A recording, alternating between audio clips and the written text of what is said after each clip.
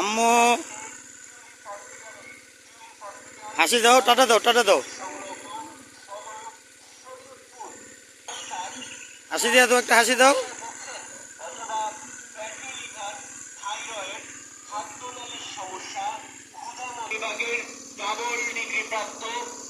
Medicine পরিপাকতন্ত্র ও liver বিশেষজ্ঞ doctor Mohammad দুপুর 2টা থেকে সন্ধ্যা।